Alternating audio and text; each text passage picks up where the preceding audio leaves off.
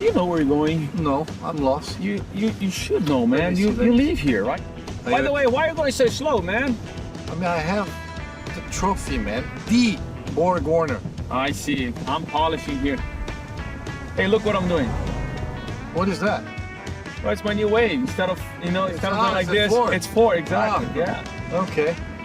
Look at my wave. That's right. That's it. Okay, we're getting to the racetrack. Are we? Hello. Do you know him? Yes. Do you know who I am? I don't know either one of you. Where's your credential? I got paid to deliver this person here. Ah, here we go. I found my credential. We're going to the SRX race. Straight ahead. Thank you. Thank you. Thank you. Have a good day. Welcome to Lucas Oil Raceway. Saturday night, under the lights, legends.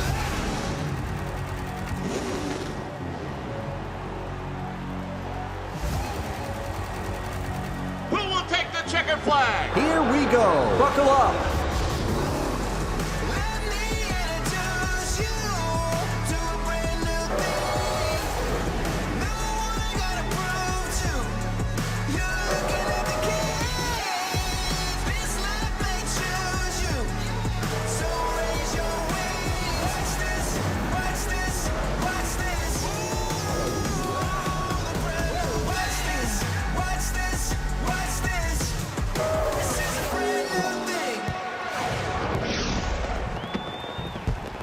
Have no fear, Elio Castroneves and his good buddy and competitor Tony Kanaan, they've made it inside the racetrack. They've shined the trophy. Now it's time to go out and try to get another win. With that, we say hello and welcome to week 4 of the Camping World SRX Series. Tonight, we are coming to you from Lucas Oil Raceway. You can see it. All the fans are out here on the hillside looking over this beautiful racetrack. We're about 7 miles from Indianapolis Motor Speedway, home of the Indy 500.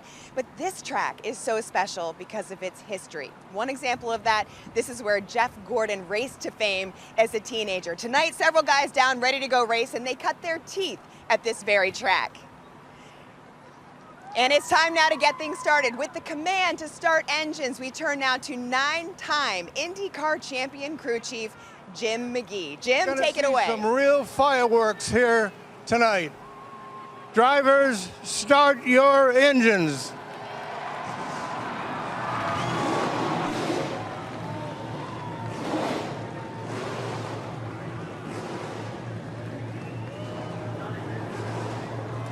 Tonight, we're back to racing on asphalt, but what happened on the dirt, it certainly does not stay there. We saw some tempers flaring at Eldora, so as we now cross to the second half of the series, the drive to win is only heightened.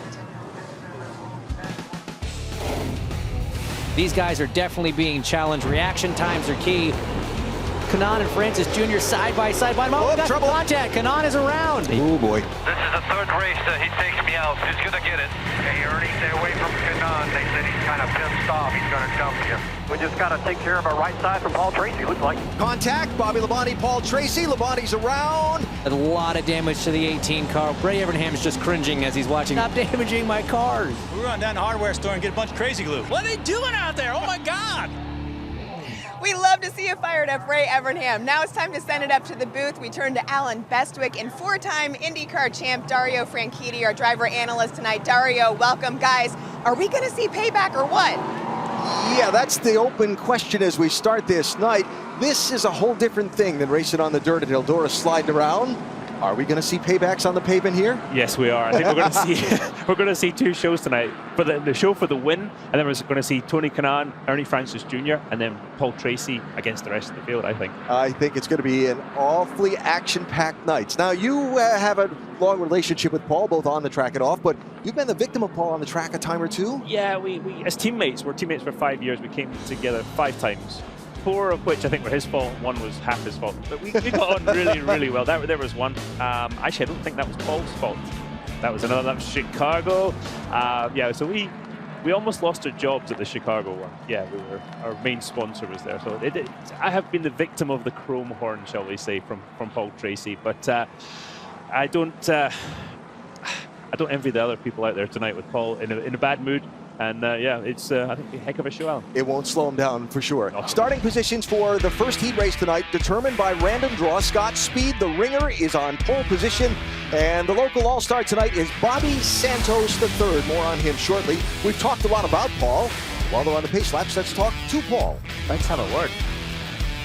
PT, it's your old teammate Dario up in the booth. How are you getting on? I hear you're upsetting a few people. Dude, I just got wheeled in here in a cop car. The cop was Bobby Labonte's biggest fan. He said, "You ain't racing tonight." And I said, "I have to. My buddy Dario's here. He'll bail me out."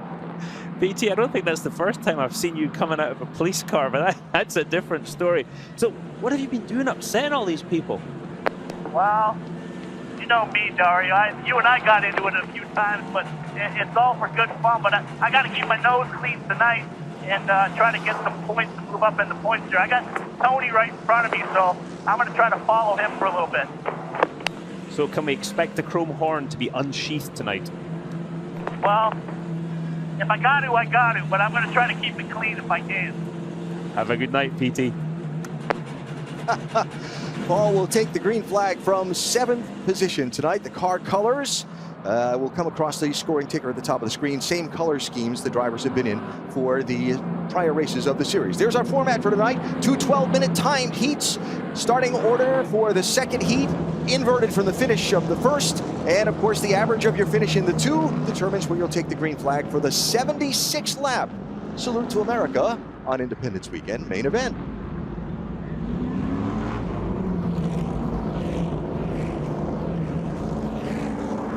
And of course, each of our celebrity crew chiefs assigned 3 of the 12 drivers. Here's our lineup. Jeff Hammond is here. Tony Uri Jr. is in our crew chief lineup tonight. We've got Todd Parrott and Tim Clausen. Look at the lineup that our local all-star celebrity crew chief drew tonight. Think he's got a good shot? I really do. With Tony Stewart there, Bobby Santos III as well. I think Tim Clausen could win the race, and I'd like nothing better. He's a great pal of mine, and he's a good crew chief too. Auto racing on 4th of July weekend, long a great tradition. And why not on a Saturday night of Independence Weekend have the superstar racing experience go in the racing capital of America, Indianapolis. Great crowd here, weather is perfect. Scott Speed on the front row with Michael Waltrip. And here we go with heat race number 1 of the Camping World SRX Series from Indianapolis.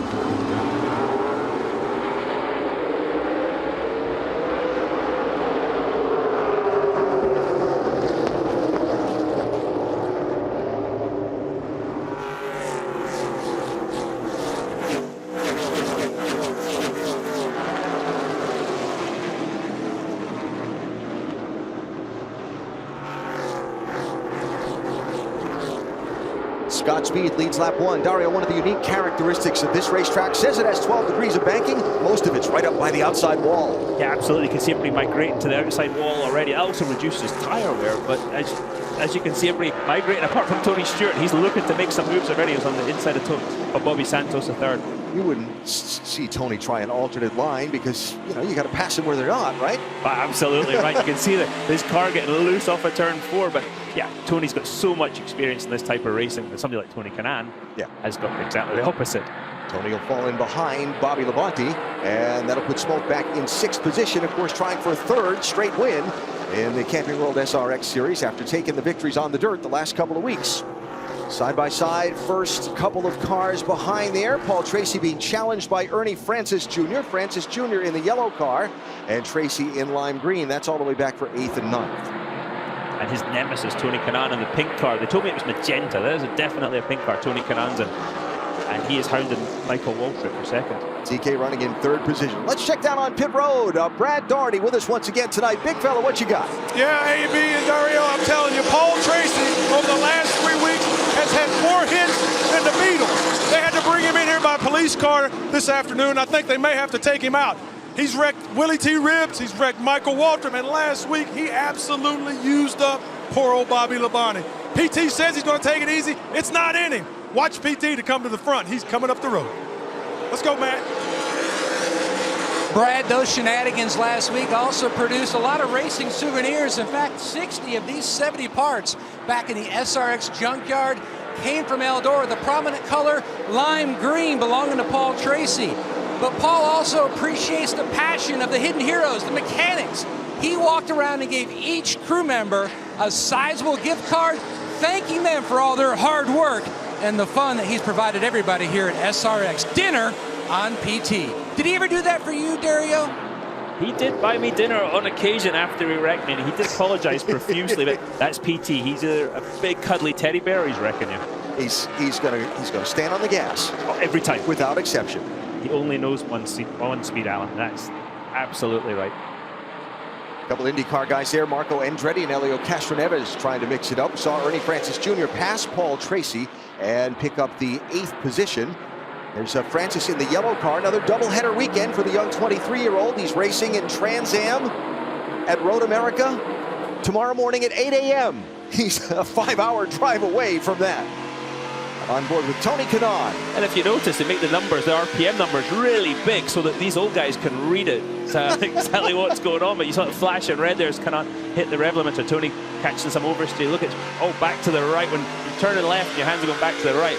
Means the car's a little bit loose. So Tony will be trying to fix that in the gap between the first heat and the second heat, and also talk to his crew chief and see if he can change his driving style a bit too.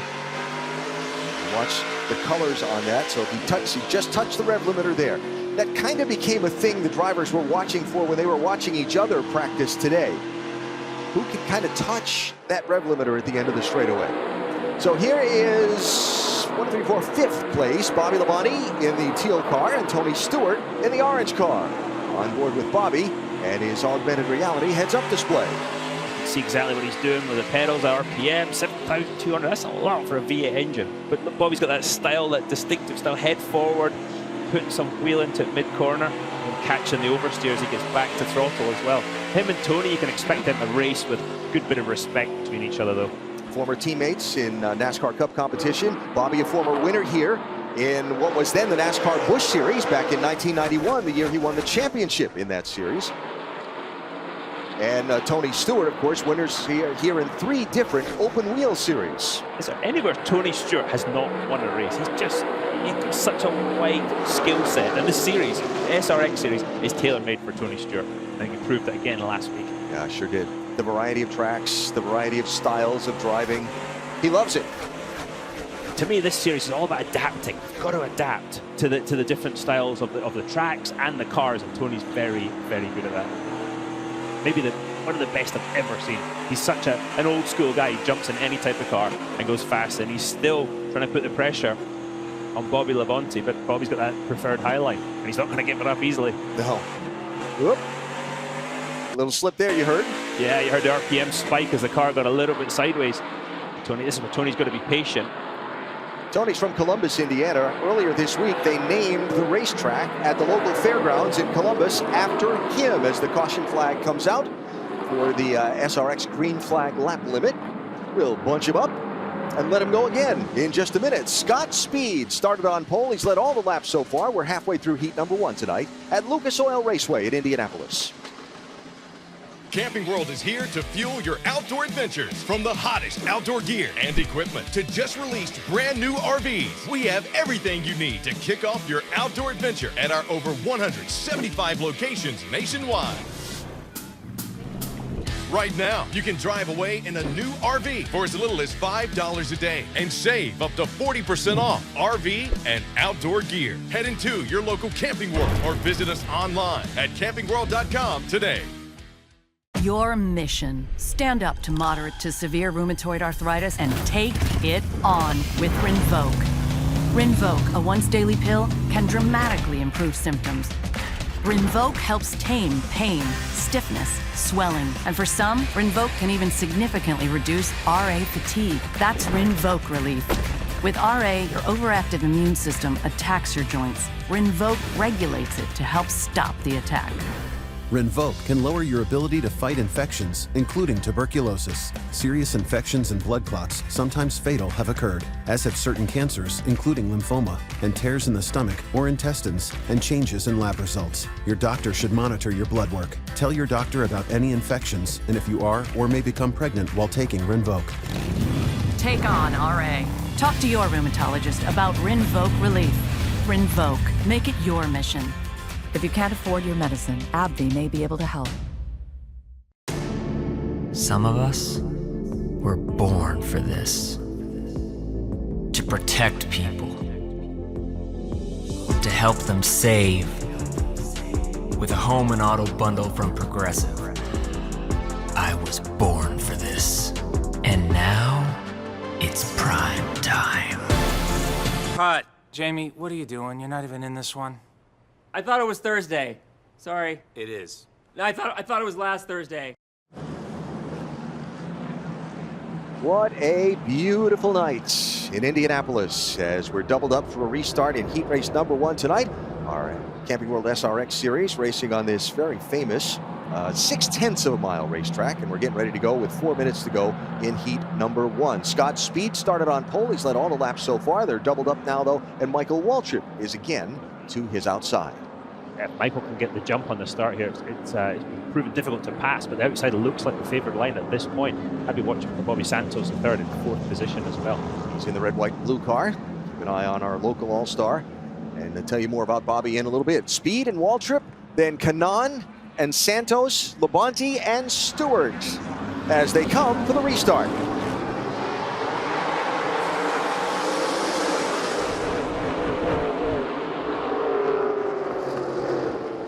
Kanaan trying to clear Waltrip. Kanaan in the pink car, Waltrip in the light blue.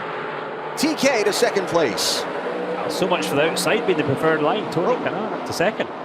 See Michael Waltrip jump out of the gas there and got a good shot on the back bumper from Santos, who I don't think expected Michael to need to check up that much.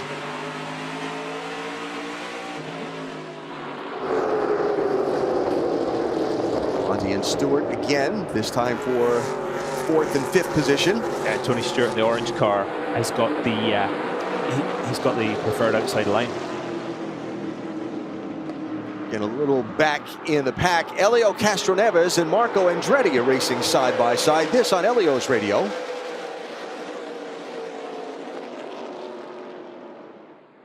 Marco doesn't pass. I mean, I wanted him to go, but he's taking too long. Well, you can fix that by passing him himself. That's everything I was looking for in the gate. Water, roll, all that. You have 192 water, oil pressure 55, 57, but oil temperature 208. Car is braking. It's actually good balance. I have understeer and oversteer at the same time, but it seems to be good balance. I just need him to go. Elio talking to his all-star crew chief Jeff Hammond, and you saw the telemetry on his heart rate from the folks at Whoop. As Castroneves works Paul Tracy, this would be for 9th place. And Elliot was nice and calm. He was having to read numbers back to the crew chief in IndyCar. That's all done. They can read it back in the pits. They can tell exactly what you're doing. They can tell every mistake you make. But Elliot's learning some new skills at the age of, what is he, mid-40s? Yeah. 46 years old now. Oh, we're getting old. You like that the crew chief knows when you've made a mistake? No, like I didn't think so. So this is when Elio was trying to pass Marco Andretti a bit ago. Yeah, Marco's kind of crowding him down, but he's not really going anywhere. To Elio's point, he's sort of got to run, and then Marco blocked that lane, so he's going to now try to go around the outside. And they're both Paul Tracy ahead, and I was thinking at that point they had, but they've both got past PT now. PT running at the back. This is not what we expected. No, for sure not. You see the cars now sliding off of turn 4 already, so the tires are getting overheated. They're starting to slide around. This is where somebody with experience, like a Tony Stewart, Bobby Santos III, their experience is really going to come into play. But Scott Speed has just disappeared. There's the show. Tony Stewart looking down low to pick up 2 positions in a lap. He tries to slide in front of Santos and gives the folks in the grandstand a rise. That'll be a slight job from Tony. That's a very impressive to make that kind of move, that kind of progress. It's quite something. And Michael Waltrip's going to look in his mirror now and think, it's him again. Him? Well, he might look in his mirror. If he doesn't, he's going to get a tap on the back bumper any time. Yeah, he's got to catch him first. We're down to almost the last lap of this opening heat. Leader will come by next time and get the white flag for Scott Speed. Tell you, Scott Speed, who's driven just about everything you can drive, from Formula One to where he makes his living now in Nitro Rallycross. He got out of the car after his practice laps this morning. First time racing here in a car like this. He had the biggest smile on his face. He said, I wish I had done this before I went to the dirt racing. He said, I learned so much just in this short practice today. He's done a heck of a job. I mean, look at that lead that he's got. And as you say, he really has driven everything. And he's learned from everything he's driven too as he comes through the middle of turn 3, coming off a 4 to take the checkered flag. Fantastic job by Scott Speed. So heat win for Scott Speed. First side-by-side's going to be pretty deep in the pack as Elio Castroneves and Bill Elliott race for a spot down to the stripe. But it's Scott Speed, the winner of heat number 1, will flip the field in green flag heat number 2 in a few.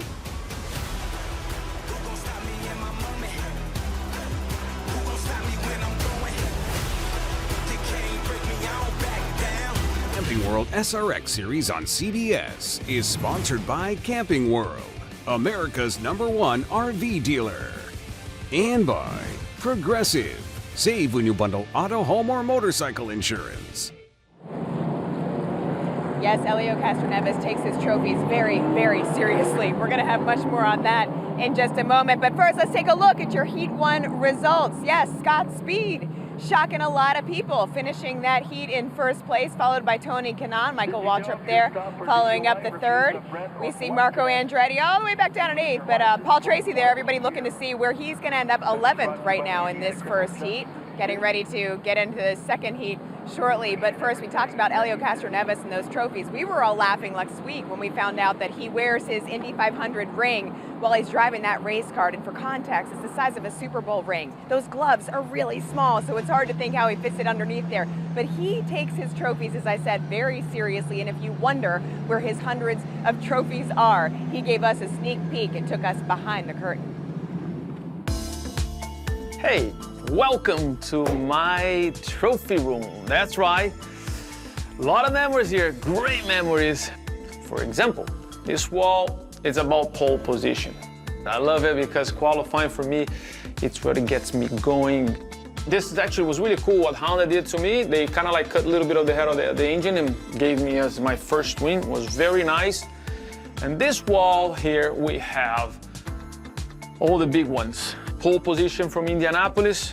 We have the Rolex 24-hour Daytona this year. I want to wear it, but I don't know. It feels like wrong, you know, to wear the trophy. I know I got the ring, but now we're going to the big one here. Yes, Dancing with the Star, the Mirrorball Trophy.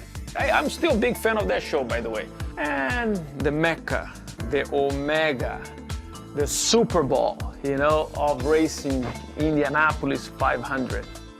Now, with all these trophies, which is really cool, there are only one that I wasn't able to fit through that door, so come and check it out. Right, guys, some people mouth fish. I mouth my favorite race car. Yes, this is the replica of the Indy 500 that I won in 2001. The pace car, one of the three, it's right over there, the Camaro. Awesome. Not too shabby. Hey, this is like, look, when you win an Oscar, people sleep with them. That's what Elio does with his Indy 500 rings. Why not, right? Of course, that's going to give you, again, Dario Franchitti, guys. All right, Lindsay, getting ready to start heat race number 2. Invert the finish of heat race number 1. So the winner, Scott Speed, starts last here. Let's check in with him, Dario. Hey, Scott, it's Dario up in the booth. Congratulations. That was a dominant display in the first race. Thanks, buddy. How much progress can you make here, and how much fun are you having? We're having lots of fun. As far as progress, I don't know. Mikey seemed to hold up Kanaan for quite a bit in that last race, so I'm not sure how hard passing is going to be, but give it a shot. Attaboy. Put on a show for us. You bet he will. So 38-year-old Scott Speed, originally from California, who has been getting some tips from Cody Swanson, our local all-star from a week ago, who's so good at this racetrack as well in open wheel competition. Scott will try and come from the back. And again, your average finish of the 2 heat races is where you'll start the main event. Side note for you, Tony Kanaan had the fastest lap in heat number 1. And a heat winner has gone on to win the main in all 3 weeks. And the winner of heat number 1 won the main the last 2. Of course, that was Tony Stewart, both times on the dirt. passing looks a little bit more difficult at this point, but I think this mixed up field now, we're going to see a bit of action. So you've got Willie T. Ribbs on pole position with Paul Tracy to his outside, Bill Elliott inside of row number 2. Bill wearing a brace on his right hand after getting nicked up in that big late race crash a week ago. More on that momentarily, but Bill lined up and ready. And we'll keep an eye on Ernie Francis Jr. in the yellow car. He was the one that made the most progress in heat race number 1 forward. See if he can make some more forward progress in heat race number 2. Pace car's off, and here we go. 12 minutes on the clock, green flag.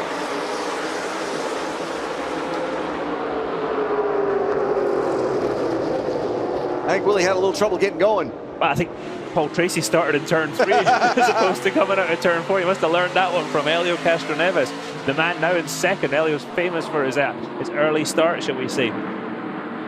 It's Ernie Francis on the inside trying to make more places. He's really aggressive and doing a great job coming through the field. Trying to find some running room where room isn't. All the way down on the flat inside that yellow line in the yellow car. Francis, the 23-year-old from South Florida, who got his first win in an open wheel car last Sunday. Remember we saw him on the dirt last Saturday night? He drove over to Mid-Ohio, got in what's called a Formula Americas car, a ladder car you drive to learn how to run those things, single-seater open wheel car, and he won the race on Sunday. And you see in the windshield, there's a battle for the lead. Helio Castroneves, Paul Tracy going at it like it's the 2002 Indy 500 all over again, and those boys still dispute who won that trophy that day. PT crossed the finish line first, but Helio's got the trophy in his I Love Me room that we just saw. Yes, he does. Trying a crossover here. Side by side for the lead, Castroneves, look out, hanging on. What a save. Phenomenal save. He got loose, he locked the back end up, slid it. Small contact with Paul Tracy, but doesn't look like there's massive damage. And here comes Ernie Francis up, right up on the back bumper of Helio Castroneves. He's not hesitating. He's going to try and mount another charge here. Castroneves is red car on Paul Tracy in the lime green machine. Now watch the back end of the car. You can see the flames as he lifts off, and he's on the brakes now. Just watch the front wheels. He starts to have to correct already the slide. Phenomenal car control from Helio Castroneves. Back onto the throttle, trying to keep it out from hitting Paul Tracy. And back to live action now. Castroneves on the outside as Tracy protects the bottom. And new leader, Helio Castroneves. Yeah, he looks a little bit quicker right now, Alan, and he's able to run that momentum around the outside, and Paul Tracy's going to be trying to hold up Ernie Francis Jr., but not for long. Yeah. Great run out of turn 2 from Ernie Francis Jr. Francis Jr. through to second. Behind them, a gap as Marco Andretti just got through Willie T. Ribbs, and Tony Stewart followed him. So good racing here for 4th, 5th, 6th on back. Been really impressed with Marco Andretti. I talked to him this morning when he came into the racetrack, said, "You having fun?" He said, "So much fun." And he said, what this year is all about for him is trying new things. He had never been to this racetrack before. All the years he's been in Indianapolis, he'd never been here before. He's here for the first time tonight. You know, Marco Andretti, think of the pressure. 3rd generation driver. Your father's Michael Andretti. Your grandfather's Mario Andretti. He's under pressure from the first time he drove a racing car. And with what he's done this year, that pressure's gone, and he just looks much more relaxed, and you can see he's allowing, he's trying the different things, as you said, and that's allowing him just to have fun, which is ultimately what it's all about, right? Isn't it? Yeah. Why we all started in this sport. Pressure off, go race. He said it's back to the purity of racing for me. Yeah, and you can absolutely tell that. Marco's one of those guys. You put him on a strange track in a car he's never been in before, on a slick surface, he'll go faster than any other driver. It's when he starts really overthinking it sometimes, I would say, is the enigma that is Marco, and he hasn't enjoyed the success in IndyCar that his talent, I think, should have allowed. Finished 4th on the dirt in Eldora last week with a badly beaten up car at the end. Finished 1 spot off the podium when he ran an IMSA sports car race on Sunday with Oliver Askew and his cousin Jared Andretti up at Watkins Glen, New York. He said, "I wanted 2 podiums, I got 2 fourths." That's the way it goes sometimes. Yeah. That in-car, he was breathing hard already. I don't think these cars are easy to manhandle around here. All right, this is the visor cam on Tony Kanaan's helmet. Tony back in 10th place. Just watch his hands as he gets back to the throttle. He's getting held up by Willie T. Ribbs just a little bit, but he's possibly on the wrong line as he catches the oversteer. You can hear the RPMs build. He's going to try and find a way past before the cars in front make too much of a break.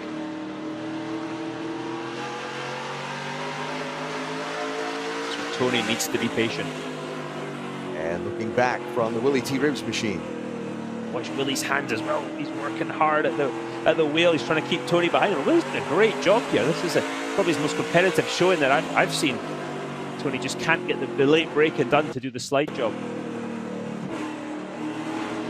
Tony's alongside again, but watch the momentum on the outside. Willie can get his car straighter, quicker, and accelerate off the corner, and that's just going to get Tony a little bit more upset.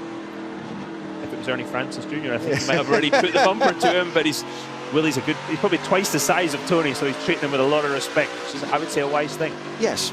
Yeah. Especially since Willie trains by boxing. Precisely right. Which didn't seem to bother Paul Tracy any. There's a lot of sliding going on, and Tony makes the pass finally. Let's see how quick he can close the gap to the car in front. And the yellow is out. He'll close it pretty quickly. Yes, he will. Caution flag on the leader, Helio Castroneves. The SRX green flag lap limit kicks in, and so we'll slow him down, get a chance to take a break, and double him up for a restart. Helio Castroneves, are we surprised by anything that he does this year at 46 years old? Not at all. He was phenomenal in Indianapolis, and I'd say that from a member of the team that finished second. There you go. Castroneves out in front of heat race number 2. Our passion for protecting vehicles started in 1934. And we've been pushing the limits of performance ever since.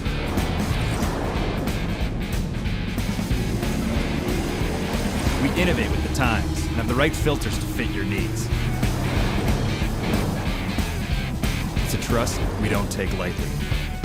Yeah, we've been around the block, but our journey is just beginning. Fran, for the road ahead. Up here, success depends on the choices you make. But I know I've got this. And when it comes to controlling his type 2 diabetes, my dad's got this too. With the right choices, you have it in you to control your A1C, and once-weekly Trulicity may help. Most people taking Trulicity reached an A1C under 7%, and it starts lowering blood sugar from the first dose by helping your body release the insulin it's already making. Trulicity is for type 2 diabetes. It isn't for people with type 1 diabetes. It's not approved for use in children. Don't take Trulicity if you're allergic to it. You or your family have medullary thyroid cancer or have multiple endocrine neoplasia syndrome type 2. Stop Trulicity and call your doctor right away if you have an allergic reaction, a lump or swelling in your neck, severe stomach pain, changes in vision, or diabetic retinopathy. Serious side effects may include pancreatitis. Taking Trulicity with sulfonylurea or insulin raises low blood sugar risk. Side effects include nausea, vomiting, and diarrhea, which can lead to dehydration and may worsen kidney problems. Show your world what's truly inside. Ask your doctor about once-weekly Trulicity. Okay, at AT&T, everyone gets our best deals on all smartphones. Let me break it down. You got your new customers. They get our best deals. You got your existing customers. They also get our best deals. Everyone gets the deals. Questions? Got it. But why did you use a permanent marker? Because I want to make sure you remember. I'm gonna get a new whiteboard. It's not complicated. Only AT&T gives everyone our best deals on every smartphone, like the Samsung Galaxy S21 5G for free. This Wednesday, Big Brother is back with all new house guests playing the game you love. Julie Chen Mumbes hosts the season premiere of Big Brother, Wednesday at 8, 7 Central, here on CBS. This Lucas Oil Raceway in Indianapolis has been around since 1961. There have been some famous folks who have raced here over the years. Jeff Gordon, of course, came to national prominence here. Tony Stewart winning open wheel races. AJ Foyt all the way back to the beginning of the racetrack in 1961. Guys like Jason Leffler made their way from open wheel competition here south to NASCAR. You got Ryan Newman, Casey Kane. I could go on and on and on. And, of course, AJ, he won in anything, anywhere, including here. And including the 24 Hours of Le Mans. That's often forgotten with Dan Gurney. Special driver, AJ Foyt. Goes without saying. What a guy. The local drivers here in open wheel competition race for the AJ Foyt Championship trophy. Kind of looks a little like the Stanley Cup. Great trophy. More on that when we talk about Bobby Santos here in our main event. Doubled up for the restart. Helio Castroneves choosing the outside lane. Ernie Francis to his inside. Restart technique. Well, Elio's well known for jumping the restarts. The Indy normally goes before turn 3, but he's actually behaving himself tonight so far. This is very well behaved by Elio, and he goes. What a great jump. Green flag, and here we go with 2.5 minutes to go in heat race number 2. Watch Tony Stewart in the orange car to the outside of Francis for second. And this is that point when Elio looks in the mirror. No spotters, remember. Looks in the mirror, sees Tony Stewart's car and thinks, oh, not him again. It's like, come on. Yeah. Francis hanging tough, though, on the inside of Stewart. Yeah, but if he starts crowding Tony Stewart, he's picked the wrong person to do it. Tony will just will use him up in a hurry. Tony took the green flag in this heat race in 9th position. He's racing for second here. Tracy running 4th just behind us. He looked like he was getting very oversteered. Oh, and his nemesis, Bobby Labonte, to the outside and just drove round Paul. This is Paul on best behaviour tonight. It's early. Yeah, exactly. We've still got 76 lap final. That's right. Stewart to second place. As you look ahead from the Paul Tracy machine at Ernie Francis Jr. in yellow, trying to defend now from Bobby Labonte in teal. Bobby's got it rolling. Bobby on the outside, yeah, that outside line, he's really doing well. And I'm surprised, I have to say, that Tony Stewart hasn't caught Elio more. Elio Castro Neves leading the race. Phenomenal job so far. Oh, Bobby's got the visor open now. He's obviously feeling the heat a little bit. Maybe the sun going down as well. He's got that dark visor on. He's doing a great job. Shouldn't be surprised. No, we should. NASCAR champion. I mean, he's one of the greats. NASCAR Hall of Famer, IROC champion, a former winner on this track in NASCAR competition, and he just cleared Ernie Francis for 3rd position, and he's going right after Tony Stewart for 2nd. Yeah, and the car's putting the power down so well. The line he's running through turn 4, he's able to get back to the throttle and really keep that momentum up. And look at him again off at 2. Inside of a minute to go in our 2nd timed heat. You told me it was going to go quick. I did, You right? didn't lie. Just your pace. Bobby Labonte and Tony Stewart racing here. They were teammates at Joe Gibbs Racing for quite some time. Bobby told me what Tony taught him are certain things Bobby used to kind of obsess about and worry about. Not to. Open his mind to other ways to think about how a race car should behave. You're a smart teammate. You always learn from your teammates. And Bobby Labonte going to the outside, trying to get the crossover on Tony Stewart. Tony can't get back to the throttle. Here's for 2nd place. Look at the momentum around the outside he's able to carry. As you said earlier, Alan, the banking's all on the outside. So Bobby to position number 2. And Elio Castroneves well ahead of him by 1.7 seconds. We'll come off turn 4 and see the white flag. Now, 2 weeks in a row, Elio's been close to a heat race win, and it's gotten away from him.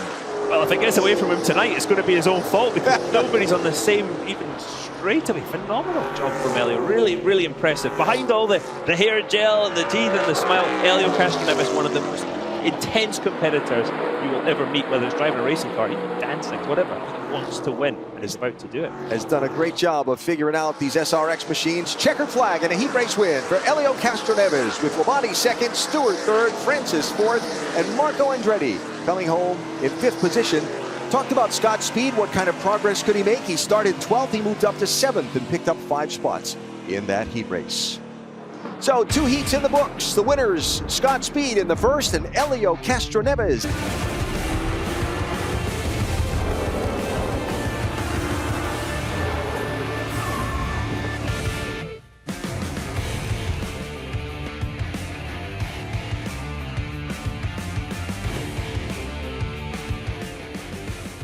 Came to the States without speaking a single word of English at the end of '95.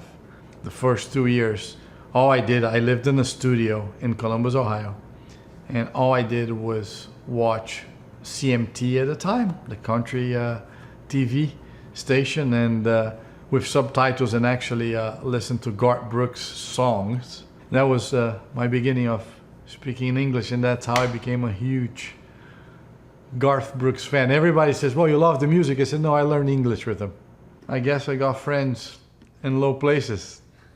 I wonder if Garth Brooks has any idea the influence he had on Tony Kanaan. That'd be cool if they could meet at some point. More on Tony Kanaan later. Right now, Let's take a look at your Heat 2 results again. Look at Bobby Labonte inching up in the second spot there, but here you have that finishing order. Elio Castroneves, again, in the first spot. He is standing by with Matt Yoakum. Yoakum? We'll talk about an exciting few weeks. A couple Heat wins almost for, yes, it is Elio Castroneves. Finally, can you describe the relief but the excitement to finally win a Heat? Oh man, that was awesome. You know, I got sideways right behind. Great save. That was great save.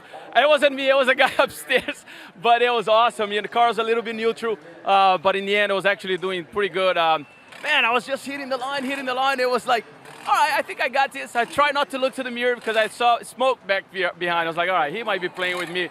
But suddenly, I pulled it away, and it was awesome. So great job, everyone. Let's go for the big one. Congratulations. Now he's going for that big prize, his first feature win, Brad. Matt, I'm here with Scott Speed, and Scott, in that first heat, man, they were calling you the bus driver because you were taking these boys to school. Tell us about your race car. Oh, man, the race car is awesome. You know, when you get a guy like Ray to design these cars, you know they're going to be right. I mean, they can go on the dirt, it's just pretty impressive. Car handles really nice, like it's super drivable. Obviously been out of a stock car in a long time, but yeah, they're super fun to drive. This has always been a track I've really wanted to come to, so I'm really glad I get the chance to race. It is super fun out there. Hey, Lindsay, Scott Speed, the man to watch as we go racing. That's so much fun, and it's great that he's having a good time at this track. This track, as you guys heard Alan Bestwick say, has really been a launching pad for some of the biggest names in motorsports. It was built in 1960 on 267 acres of land. In fact, the original tower still stands right outside Turn 4 at this racetrack. Legends have been coming here for years. Here's a closer look at the track, brought to us by Progressive Insurance.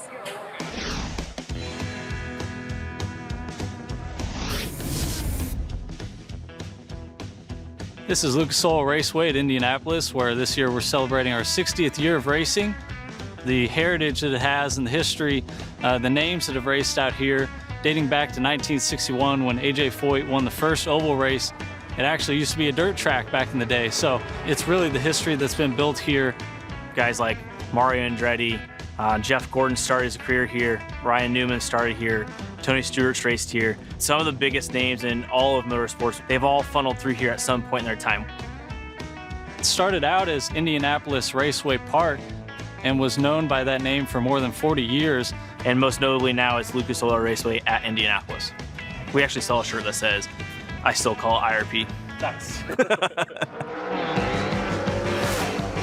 What's interesting is the tight groove that drivers must follow to get around here. The outside walls love to get rubbed up. There's some pretty good dings in there that show how hard guys are racing around here. Lucas Oil Raceway sometimes gets lost in the shadows of Indianapolis Motor Speedway. We bring fans from all over the place. As far as California, as close as, down the street 10 minutes, and anywhere in between.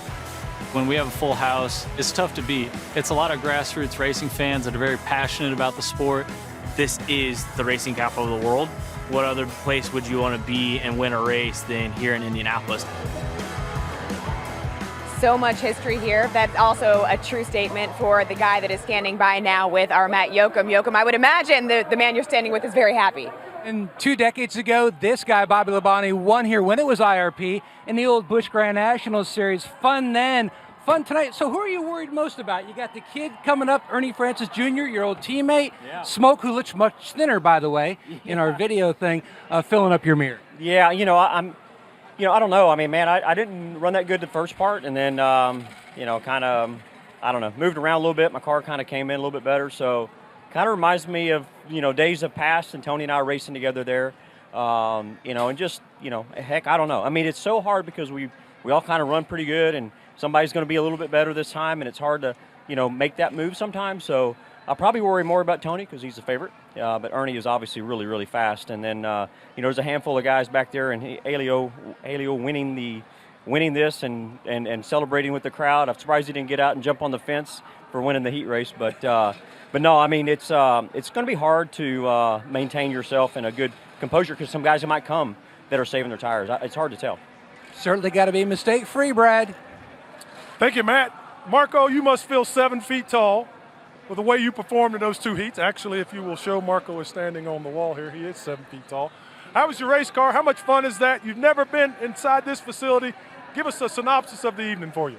Well, first of all, I was hoping you wouldn't zoom out there. That's kind of embarrassing. But second of all, yeah, I haven't been to any track that we're going to this year in this series, and I think that was a big reason why I wanted to go try new stuff and try new cars and tracks, and so we're doing it. Yeah, I mean, I've never been here in Indy just because I don't like watching racing. I like racing, so yeah, I mean, so far so good. It's a little bit hard to pass. You have to do some slide jobs. You're doing a great job, man. Thanks for the entertainment, Lindsay. We love it. Yeah. Brad, he said he doesn't like watching it. He brought friends, though. He said he's got 8 friends from home who are here watching him tonight, so they're pumped to see Marco. Tony Kanaan, you see his car right here behind me.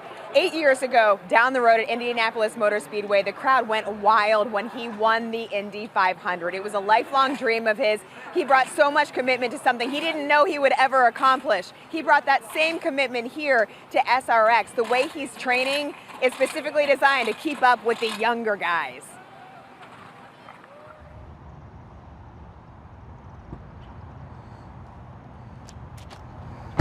Welcome to the pain cave.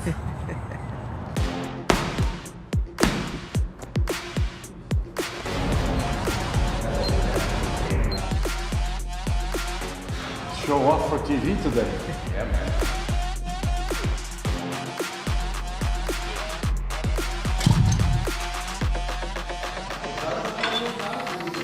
Well, this is one of my favorite exercises, and this is perfect for especially driving in the ovals. So basically, this helps a lot, especially when he's pulling on my neck like that, to get the neck strong. By simulating this, you're just trying to get as strong as you can so you can last as long as you want to last. So one of the things that I did this year to train for SRX, which is an enclosed cockpit car, is getting in the sauna. 140 degrees, I'll sit here for at least 35 to 40 minutes. We have a little drill on the iPad for your memory and your reflexes, so it helps passing time. So I'm gonna go get hot. You need to find an edge to the young kids that have plenty of other talents that you growing up without it. I need to adapt. I wanna race 10 more years, 15 more years.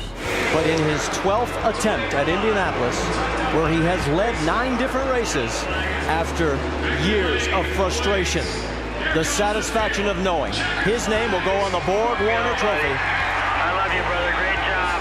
You're now a winner of the Indianapolis 500, my friend. It took me 12 years, and I've never actually stopped believing it, but it was definitely taking a toll every year. I mean, you name it, right? I had finished 2nd, 3rd, 4th, 5th, 6th. I had led, if you put all the 500s together, more than 200 laps, which is the race. I had led the entire race in numbers, but apparently hadn't led the right lap. And I guess the universe was waiting for this day, and they had the script. That's the race that I promised that I was gonna win when I crossed our finish line.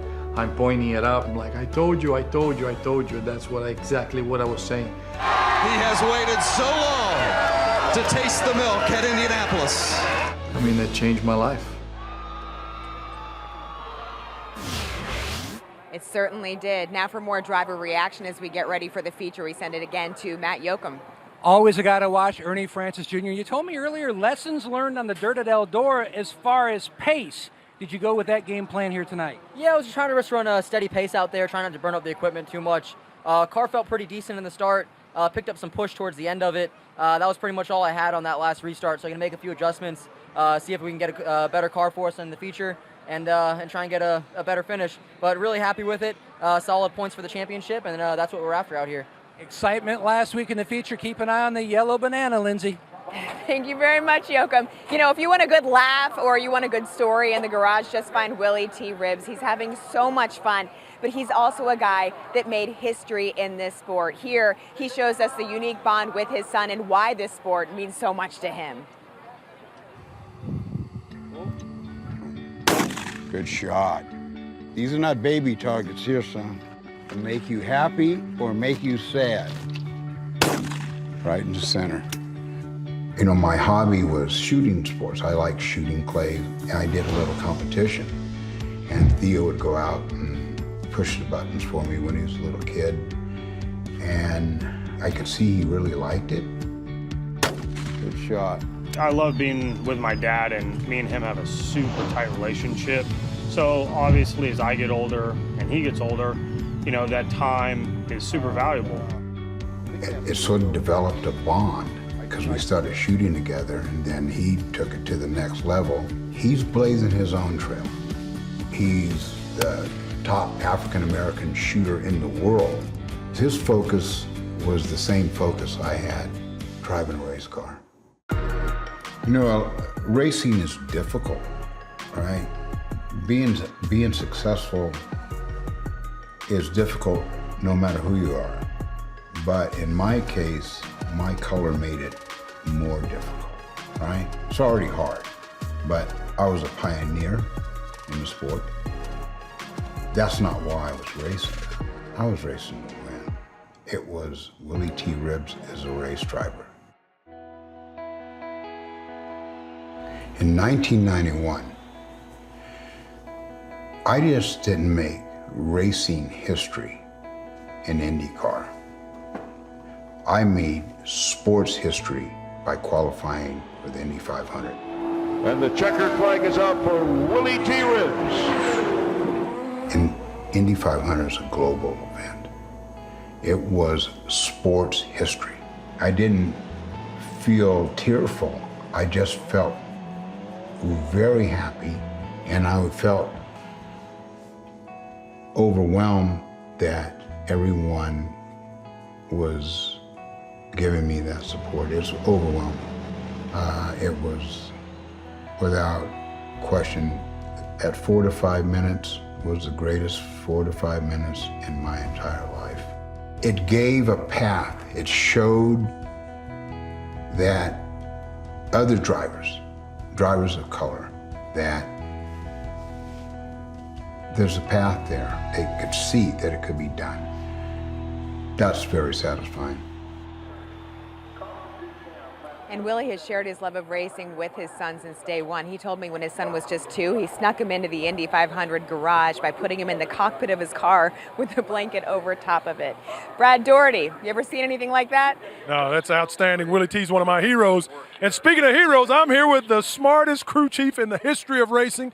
Are we at an SRX race? There's no torn up race cars. Nobody's mad at one another. Ray, what's going on? I don't know. We need to run up and down the road, get them mad at one another again. We got a pile of fiberglass out there. We got more, but I think that they're playing a little bit cool. This place is difficult, and they knew based on our testing last night that about 9 o'clock when they get ready to run, it's going to change. So judging by where some of the guys were at, and there's some donuts on the cars, I think we haven't seen the beginning of the action yet. It should be good, Matt. And that's why it's feature time. So last week, Michael Waltrip, do you remember what our topics were? It was all about colors, all kinds of colors running into me. What about tonight? Anybody, any color upset you yet? Well, we've 3 wide at IRP. That's crazy. It's really been competitive racing. I'm telling you, man, I got an issue with my feet. I talk about it, but these other drivers must have tiny feet. You got issues with your feet? My 14s don't fit in the pedal box too well, and I get them all mixed up, and I don't need any distractions. And my radio was on scan. I'm listening to Todd Parrott sound like he's calling the Daytona 500. And by the way, I got enough people in my head without having more of them on my radio in it. All right, Lindsay. I don't know how to follow that, Yoakum, but I'll try. It's time to get out of quarantine and back in the dating game. Climb on board for a new season of Love Island in Hawaii, where Islanders will do whatever it takes to hold on to their dream date. The new season of Love Island starts Wednesday. That's at 9:30, 8:30 Central on CBS, or stream for free anytime. So in Indianapolis, we know they're wild about their racing. They're also wild about their football. Check this out. Colts running back Jonathan Taylor. You might want to pay attention if you play fantasy football. He got a special wheels up ride to the race this weekend. He talked to some drivers. There he is with Willie T, about to enter his sophomore season in the NFL. He loved checking out the cars, standing with Elio there, meeting a lot of drivers. Oh, Paul Tracy, you cannot top this. In handcuffs. Now he's there out on the track, trying to make a name for himself out here in SRX. Much more to come after this break. Begins at 8 Eastern. That's next Saturday on CBS. Alan Bestwick, let's check in with you and Dario up there. What are you guys looking for? Yeah, well, first of all, are you having fun? Oh, it's great. I told you it was going to be fun. So Ray Evernham just said he thinks the action's going to pick up quite a bit in this main event. Your thoughts? I think, first of all, he's relieved. They haven't done more damage in the heats, Yeah. but I agree with, 76 laps. The tires are going to get warmer, the car's going to slide around more, and I think the tempers are going to get a bit warmer as well. And here's the other thing. The 3 best drivers in cars where practice was concerned have earned the first 3 starting positions in this one by the average finish of their results in the 2 heat races. So Tony Stewart, Scott Speed, and Bobby Labonte starting 1st, 2nd, and 3rd, with Helio Castroneves, the 4-time Indy 500 winner, starting 4th. Pretty phenomenal.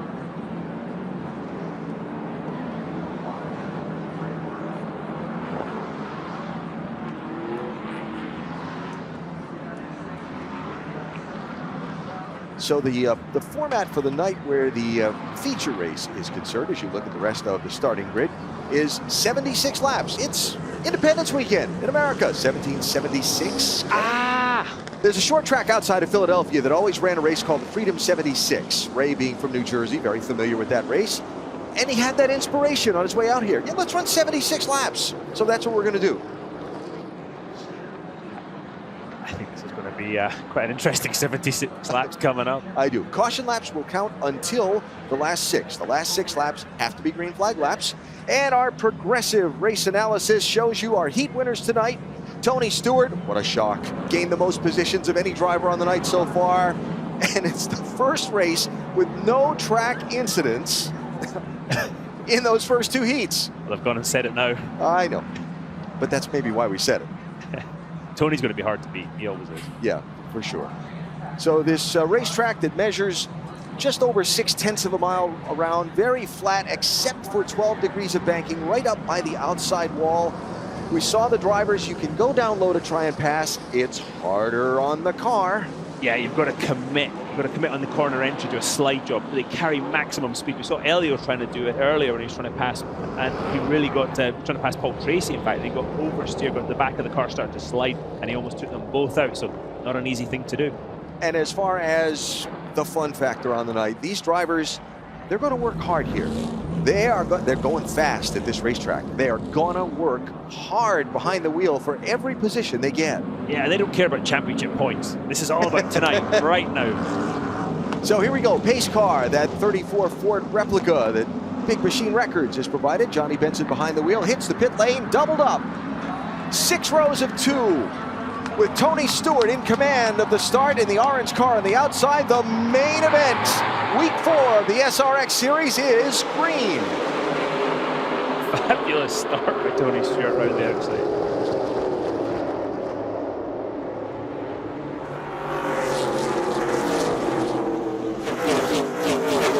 Great roll through the corner though by Scott Speed. He's underneath Stewart.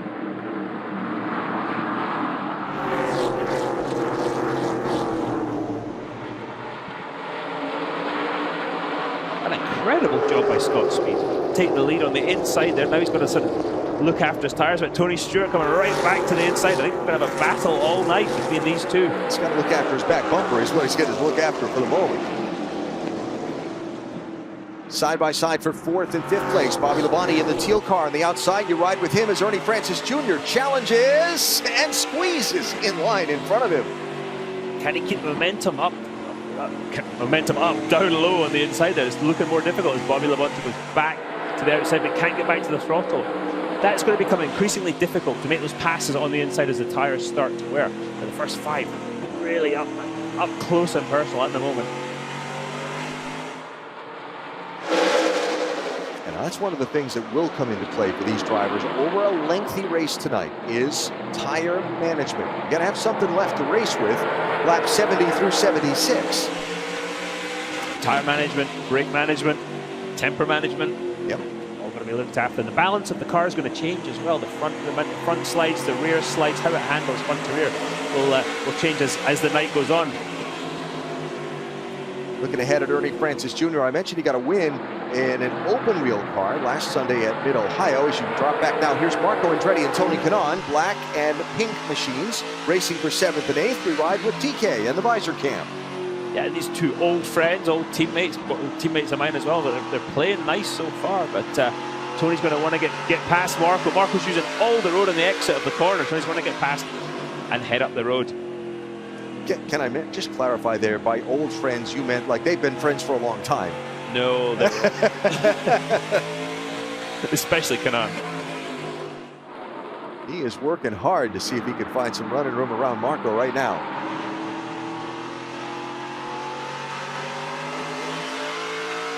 I think we should have a talk to Tony. Should we see how good his concentration is? Yeah, why not? Tony, is Dario doing a good job, man? Are you going to get past Marco here or what? I'm trying. This is so much fun. Nice to have you there, mate. I'm going to try to do it just for you. Just like Indianapolis again. Keep your foot down. The foot on the pedal on the right, okay? It's the right one. Oh, okay. All right. Thanks, Coach. Anytime. You've known each other for a long time, been teammates, worked at the same team. Watching Ernie Francis Jr. work Helio Castroneves and Tony Stewart here for second and third spot all at once. And Helio's coming back into that battle for second place. And Tony and I worked together at Indianapolis this year with the Chip Ganassi team. He was driving the 48 car, and so much fun to work with Tony again. He was phenomenal from start to finish, and it was in contention, but had some issues early in the race.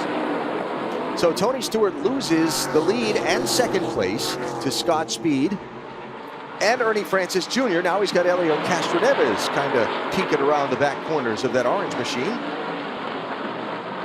Shall we talk to Tony? He's game. Tony, it's Dario up in the booth, running third there. How you getting on? I'm not sure I'm happy with my chains on the brake here, but got a long way to go here. Take care of it here. Got that Helio Castroneves guy behind you. You think you can keep him there?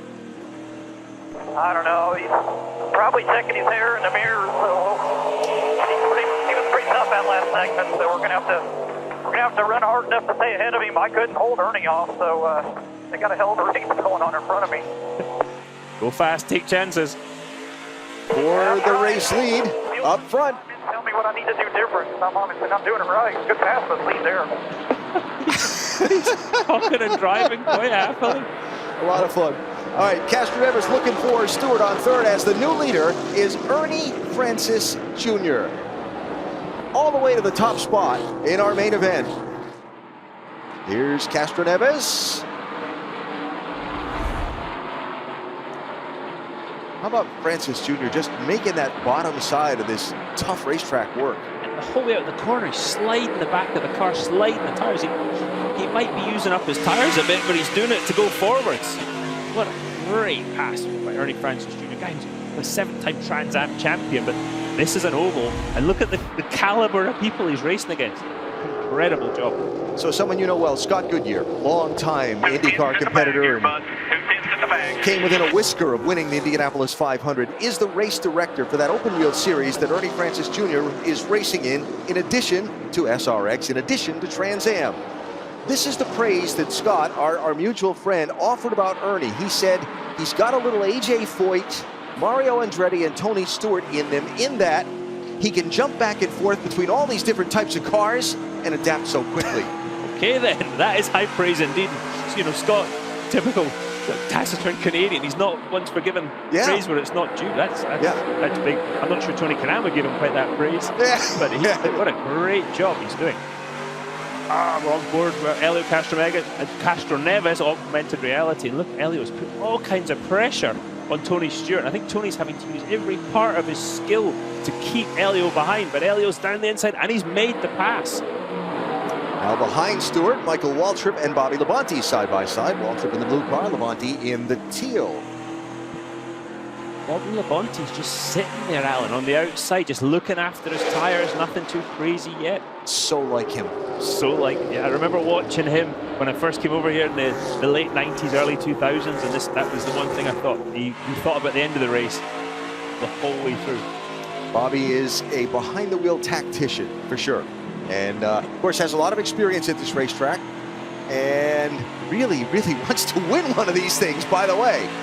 I could tell that last week. I mean, we saw earlier, we saw those eyes. I was pointing out to you on the camera. You see those eyes, this intensity in the eyes of all the drivers here. They might be a bit older, a bit few more wrinkles, but they've all got that pride and that ego of a racing driver. They all want to still go out and win. He's going to get by Tony Stewart and pick up 4th spot. Here comes Michael Waltrip to the inside of Stewart. So the smoke show is not going forward tonight like he was able to the last couple of weeks on the dirt. I'd have lost a lot of money on that. I thought Tony was going to head off and stink up the show, quite honestly. Especially when he was starting on pole position for the main event. Yeah, just so accomplished in these type of cars, and it just hasn't happened yet.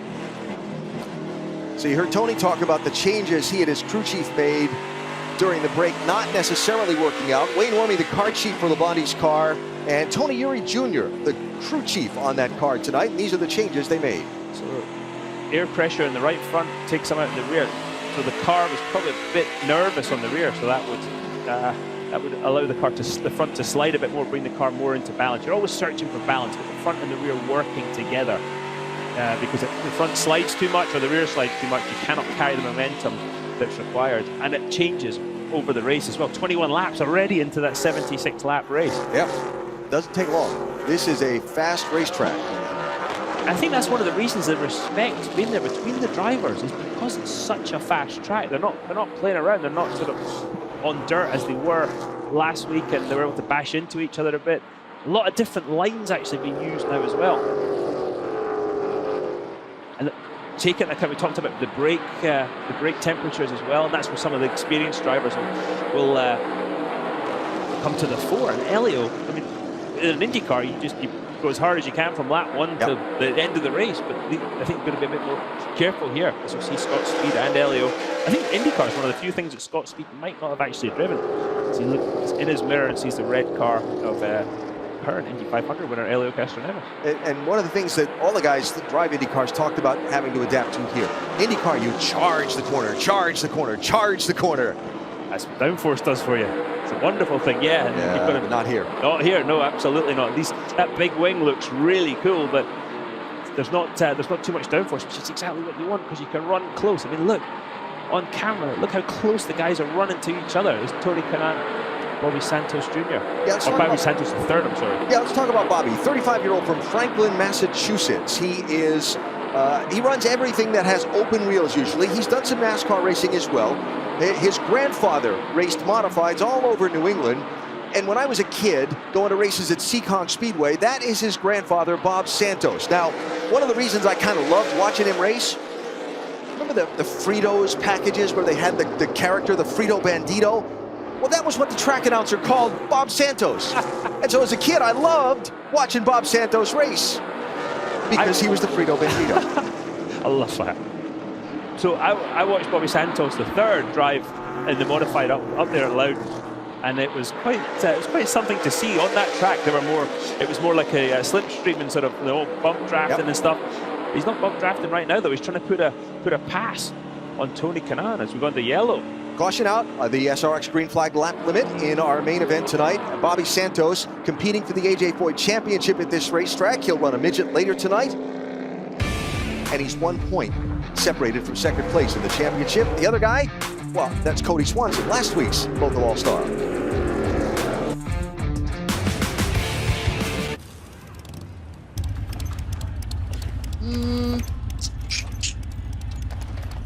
Oh no. I mean, I think they look good, man. Smooth. They are a little tight. Like, too tight? Might just need to break them in a little bit because you don't want them too loose. For those who were born to ride, there's Progressive. True. With 24/7 roadside assistance. Okay, think I'm gonna wear these home. Excellent choice. I've got moderate to severe plaque psoriasis. Now, there's Sky Rizzy. Things are getting clearer. I feel free to bare my skin. Yeah, that's all me. Nothing and me go hand in hand. Nothing on my skin. That's my new plan. Nothing is everything. Achieve clearer skin with Sky Rizzy. 3 out of 4 people achieve 90% clearer skin at 4 months. Of those, nearly 9 out of 10 sustained it through 1 year.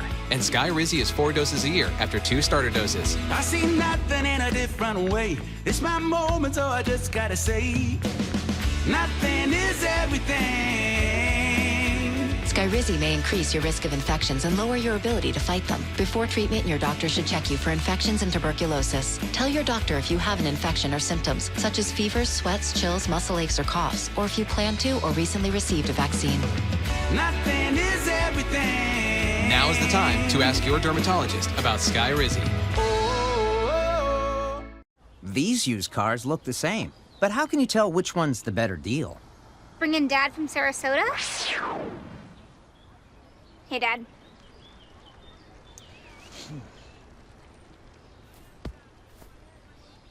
This one's broken. Dads are great, but let's say, show me the Carfax value. You'll get the most accurate price based on the vehicle's accident history. Look for me and stop overpaying. Shop at the all-new Carfax.com. The Camping World SRX Series in Indianapolis tonight, and together with Camping World, let's raise $1 million to battle food insecurity in our communities. Camping World will match all individual donations up to $500,000. Learn more at platingchange.com today. Superstar Saturday night live on CBS. Under caution in our main event at Lucas Oil Raceway with young 23-year-old Ernie Francis Jr. leading this race. Young driver really putting on a show in the opening laps. The question is, has he used up a little too much to go another, 46 laps of racing? 48. I didn't just do that math on the... You looked at the computer. I looked at the computer, yeah, absolutely. No, Ernie Francis has done a phenomenal job so far to get there, to stay ahead.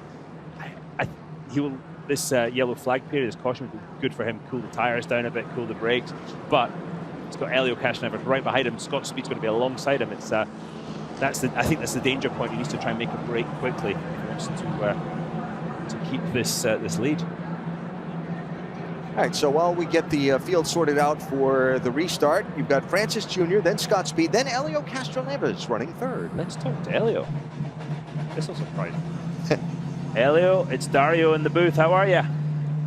My man Dario, what's up, buddy? How are you, pal? Have you got your baby Borg Warner trophy in the car with you, or what? I know, right? I don't have it here, but I tell you what, I hope the fans are enjoying taking pictures with him. Yes, they are. You're doing a great job, man. What have you got to do to get to the front? I need to be on the outside. Hopefully I can be that, and that's what I'm waiting for. Good man. Great talk to you, buddy. And you, my friend. Elio was talking about how much fun he's had driving these different types of cars and different kind of tracks. And he said to me, driving new things interests me. I'd like to try something like maybe the Daytona 500. He's having the time of his Right? life, right? He really is. He came back for that one-off deal at Indy this year with Michael Shank. And what a great job he did. I mean, again, from one of our guys, Alex Palou, Chip Ganassi team finished second, but Elio, he timed that to perfection, and he deserved that. So I think there's a good chance we'll see him back in IndyCar full time next year. I think there's a pretty good chance, yes. Tony Stewart questioned when he talked to us about the change they made during the break. Here is his radio.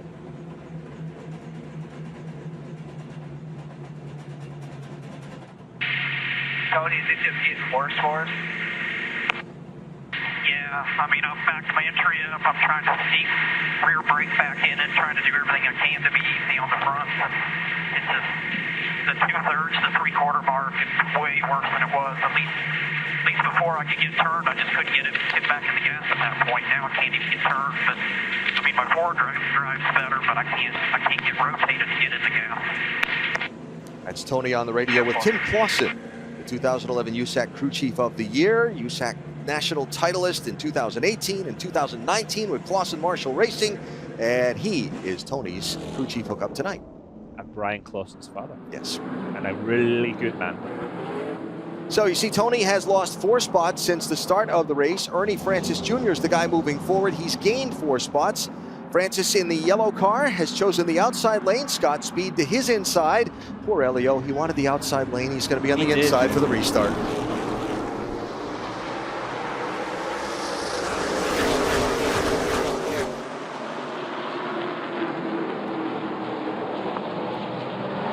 Scott Speed going to try and hang in that bottom lane to the inside of Francis. Not quite able to make it stick. Bobby Labonte's cleared Helio Castroneves as well. So these guys have got to regroup. Helio's trying to get close on the exit.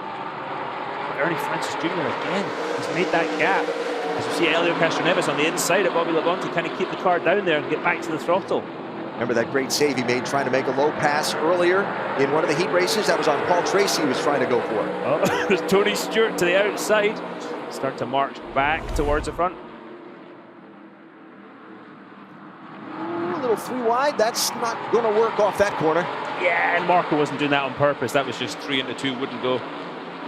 And you can see Bobby Santos taking advantage of that. Tony Kanaan on the inside trying to get past his old mate Marco Andretti. From a racing perspective, it's been a big point of conversation with some of the drivers. They're so used to racing with a spotter. Somebody up on top of the grandstand hooked up on a radio to them, telling them when someone's to their inside or outside. They don't have that here. No, and it's really difficult with these wraparound seats for safety. They wrap right round the side of your head to hold your head in event of an accident. Unfortunately, it cuts a lot of your visibility off. So it's a tough thing that these guys are trying to do, especially, as you say, Alan, when you become so used to it. Bobby Santos made a big move. Oh, we have a little contact here. Look at Kanaan and Tracy. No, I think Paul drove into the wall himself. There wasn't any contact. Tony did not push him. They did push him there, but look, there's actually no contact. Paul Tracy hits the wall before Tony Kanaan gets anywhere close to him. So, sorry, TK. PT not done yet. No, and that's the problem when you pass Paul. When he thinks you've done that to him, the next braking zone could be pretty interesting. And Kanaan sliding the back end of the car off of turn 4. Let's see if he can get away from Paul Tracy from the danger zone. That could be a good thing. Yes. But Paul Tracy doing a great job down the bottom of the circuit. Is he using his tyres up too much to try and keep up with Tony Kanaan? So unlike the first race of the series at Stafford Motor Speedway in Connecticut, where they ran 100 laps, all on the tires they already ran the 2 heat races on, tonight they got a fresh set of Goodyear tires before the main event. So they should have more left to race with at the end. But a common theme for the drivers, if you make the tires angry, they're going to stay mad for a while. What does it mean by making the tires angry? Yeah, when you slide the car a bit, you put too much pressure into the slip angle of the tires start to heat up, and it's a vicious circle because it starts to slide a bit more, they heat up even more, and it just gets worse, and eventually you cannot recover from that unless there's a caution flag. So, and experience counts for so much. We're just watching Helio Castroneves' heartbeat, look, 140, 344. He's pretty fit, as old Helio. He has to be at his age to drive a racing car, but no, he works hard at his fitness, and you can see that some drivers are constantly above 170, and others are nice and maybe nice and easy. And as hot as it's getting in these SRX cars, that's going to bring the pulse up a wee bit too. I want to see what heart rate telemetry shows us next week at Slinger when they're racing on a quarter mile. That's a little wall contact from Bobby Labonte. Yeah, probably, I think just misjudged. The car was sliding a bit, he just couldn't arrest that slide enough. He'd either crack out the throttle or hit the wall, and he chose to hit the wall there. And Helio Castroneves still shadowing him. You can see the red of Castroneves' car in the rear mirror. And Helio going to the inside. Labonte looks like he's struggling with the front of the car. He's put a lot of wheel into the car to get it to turn. And the quick look up in the mirror by Bobby. Yeah, he knows Helio's there. He wants to make sure he knows where. Exactly right. And Helio, again, is one of those guys I think you could trust a bit more. He's not going to do anything crazy on purpose. He might misjudge. But if he's ahead of you, he's a hard guy to pass. Absolutely. See, everybody, those 3 cars, Scott Speed, Bobby Labonte, Helio Castroneves, really migrating to the outside of the circuit just now, trying to take some pressure off the tires and use the banking as much as possible. You mentioned Helio and possible prospects for next season. I talked with Helio extensively about, this year and things going about the way they were. He didn't have a full-time ride lined up. He got a part-time ride in IndyCar. He came over and won the Indianapolis 500. He signed up with SRX. He's having a blast doing this. He said, a number isn't going to make me stop. And his age. Now the number, of course, is 4. That means everything for Helio. Matt, any other numbers for Castroneves? Well, he'd love to add a number 1 with an SRX victory. Now think about it, the last 7 months, IMSA championship, Rolex 24 victory, Indy 500 victory. Now tonight he added a heat. He'd love to score the big trophy though, but he reset running these cars on the bull rings because, like Dario mentioned earlier, he so wants to charge the corner, so he has to do a reset with his mindset and back up his corner. He also told me going to tonight, he knew the tires were going to be important. It's a little bit like an Oreo cookie, he said. If you eat that frosting early, there's not much good left, so he's got to pace himself, just like when eating a cookie. There's a good way to explain it. It's a very good analogy, and unfortunately, it's the last cookie in the box as well. Yeah. They're not giving you another one. So Elio mentioned, at the ripe old age, it would have been 45 years old. He won the IMSA championship last year. I think his first championship in cars. It was, yes. And he, obviously now 4-time Indy 500 winner, but to get that first championship, I think was a big weight off his mind, and we never gave him a hard time about not winning a championship. Really? No, none of us would do something. I can't imagine. Castroneves is still trying to find a way around Bobby Labonte for third position.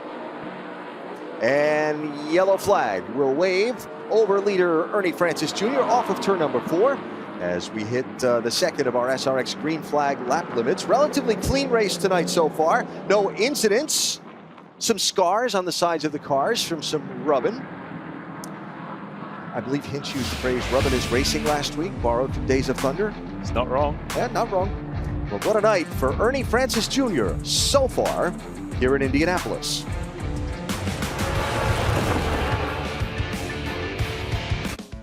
Getting that perfect slice is satisfying, fulfilling, and rewarding too. But we don't do it for fun. We do it for fresh. Slice to order makes a sub above. RV ready to go? Water. We waiting for? Oopsie doopsie. It's the battery. Hey folks. Uh-oh. Open hood, never good. We brought some oranges because we are out of juice. Let's get you back on the road. Good Sam Roadside Assistance covers all your vehicles. And just like that battery, your jump start is free of charge. What? Make every trip a good trip. Good Sam. Everything you need to have a good trip. My name is Douglas. I'm a writer, director, and I'm still working. In the kind of work that I do, you are surrounded by people who are all younger than you. I had to get help somewhere along the line to stay competitive. I discovered Prevagen.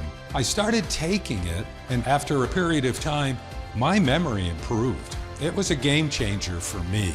Prevagen, healthier brain, better life.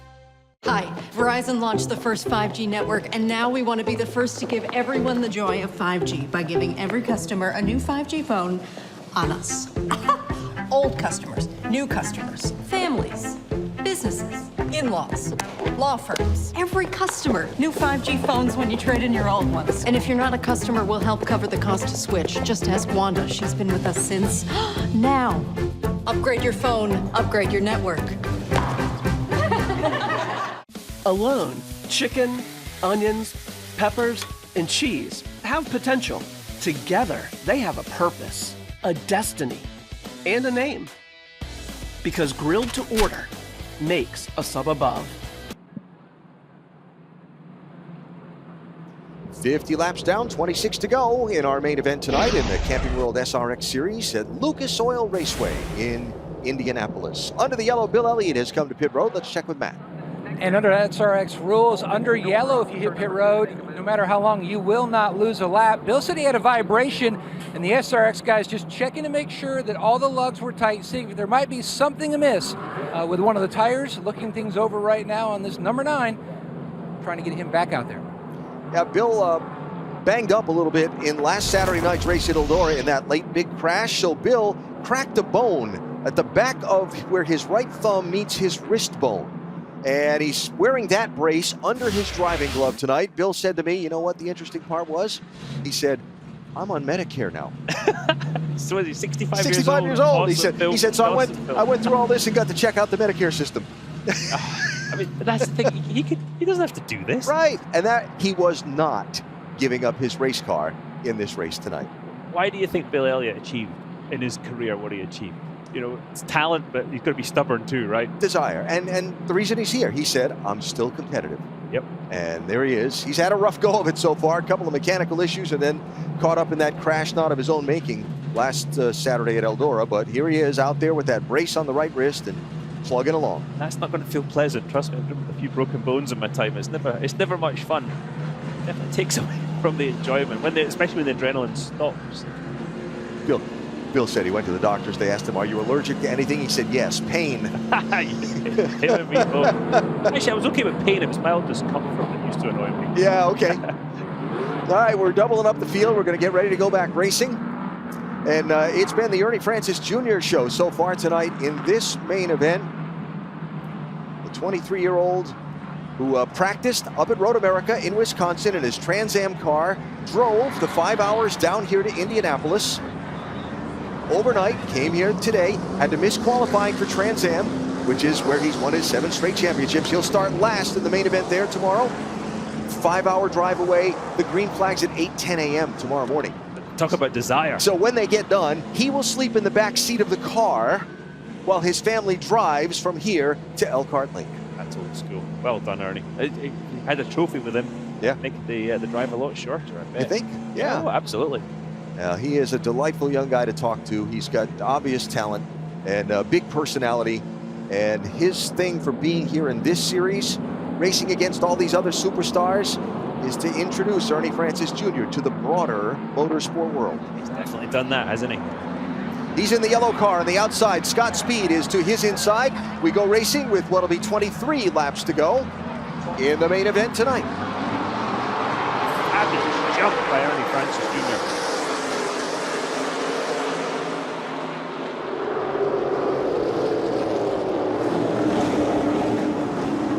Oh, Bobby Labonte looking 3 wide down low off turn number 2. And 3 wide back there. Paul Tracy out to the outside. Tony Stewart and Marco Andretti down low. And Tony Stewart really struggling holding up the inside line. And then Canan, Stewart all back there. The last person I expected to see back there tonight was Tony Stewart. He must have a big handling imbalance. I'm going to guess, since he started on pole position, that Tony's the last person Tony expected to see back there tonight. Not wrong, Alan. It just looks like he's using a lot of lock mid-corner to get the car turned. So he had to back up his corner as well. Ernie Francis Jr. still leading. Helio Castroneves, big slide off of 4. Here comes Bobby Santos III, looking to the inside. He was way back in the pack for a lot of the beginning of this main event. Did the local all-star have the secret strategy? He might know how much the tires wear and what he's going to do to keep the tires for this last sort of 20-lap shootout.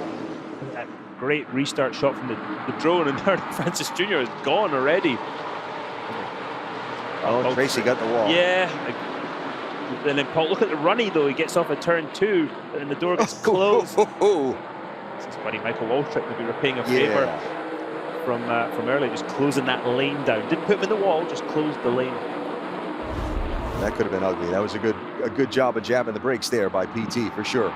Which is not normally in his repertoire. Just keep the foot in. I mean, he's learning. You can't teach an old dog new tricks. And I know there's some folks that say, hey, we're giving Paul a hard time, making him out to be the bad guy. Listen, he revels in being the aggressive driver, being the one that's going for it at all times. That is Paul Tracy. He loves it. He gets that little glint in his eye, that little smile. Yeah. Yeah, you're absolutely right, Alan. He absolutely loves it. And he's working the wheel, but look, he's got his elbows up style. Yeah, he does. I mean, this is a guy that bought an Olympia prototype car just so he could play with in his spare time. On board with Helio Castroneves again, still trying to get past Bobby Labonte. Can't make it happen though. Gains through the middle of the corner, the distance, the shorter distance, but he can't get back to the throttle with enough authority to get the drive off, to get the overlap, to make the pass on Bobby Labonte. I know I've said how impressed I've been with how much Helio has adapted to all these different kinds of cars. You know him and raced against him for so many years. How impressive has it been to you to see him and TK and Marco come to these cars? I mean, you made a transition from IndyCar to stock cars in your career, and you know how difficult it is. Difficult is a word. Yeah. No, he's absolutely done a great job. You know, the sports car thing was not that difficult a transition. Yep. This is a whole different ball game, and Helio is doing a fabulous job. Young driver from Davie, Florida, Ernie Francis Jr. is out front. Lindsay has the family nearby, I believe. Yeah, Alan, I'm standing beside his father, Ernie Francis Sr. These two, I mean, this has been a father-son effort. What is it like for you? I mean, This is incredible to see him in the front. You know, we've been going at this for years, and to see him showcase himself in front of true champions is really, it's incredible. It's a moment that we can't explain. What is it like for you? It's more than anything. It's incredible they can share this.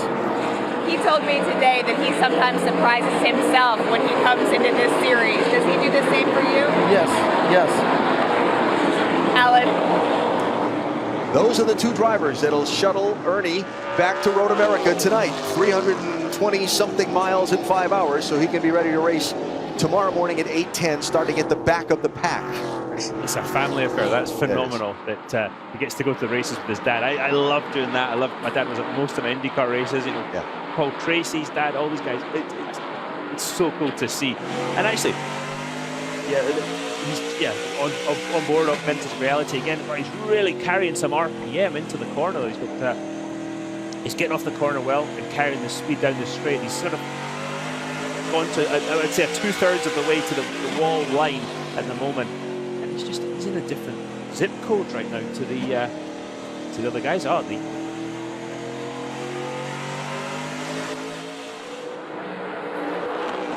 Well, when you get to be in a different zip code, sometimes things happen to bring you back to the pack. We've seen it happen many times in races in the final laps. There are 11 to go here. It's the last thing Ernie wants to see, but sometimes it happens. Yeah, you do not want to see a caution right now if you're Ernie Francis Jr. And I think I cursed him. Sorry, Ernie. All right, call it the announcer jinx, or we'll call it the green flag lap limit, but we'll put the pace car out, we'll double them up, and we'll get ready for a shootout to the finish here at Lucas Oil Raceway. Getting down to it on Superstar Saturday night. Who's going to be the biggest star? All right, guys, no insurance talk on beach day. I'm down. Yes, please. Don't get me wrong, I love my RV, but insuring it is such a hassle. Same with my boat. The insurance bills are through the roof. Be cool. I wish I could group my insurance stuff. Like the house, the car, the RV. Like a cluster, an insurance cluster. Yeah, I doubt that exists. It's a bundle! It's a bundle and it saves you money! Hi, I'm Flo from Progressive and I couldn't help it over here. Super fun beach day, everybody.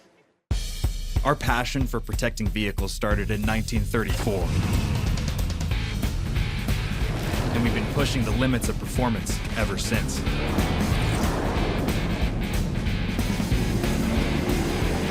We innovate with the times and have the right filters to fit your needs. It's a trust we don't take lightly. Yeah, we've been around the block, but our journey is just beginning. Fran, for the road ahead. Well, well, well, look at you. You mastered the master bath. You created your own style. And you, yes you, turned a sourdough starter into a sourdough finisher. So when you learn your chronic dry eye is actually caused by reduced tear production due to inflammation, you take it on by talking to your eye care professional about Restasis, which may help you make more of your own tears with continued use twice a day, every day. Restasis helps increase your eye's natural ability to produce tears, which may be reduced by inflammation due to chronic dry eye. Restasis did not increase tear production in patients using anti-inflammatory eye drops or tear duct plugs. To help avoid eye injury and contamination, do not touch the bottle tip to your eye or other surfaces. Wait 15 minutes after use before inserting contact lenses. The most common side effect is a temporary burning sensation. Ask your eye care professional about Restasis. Now to trick out these lights. Visit Restasis.com to learn more.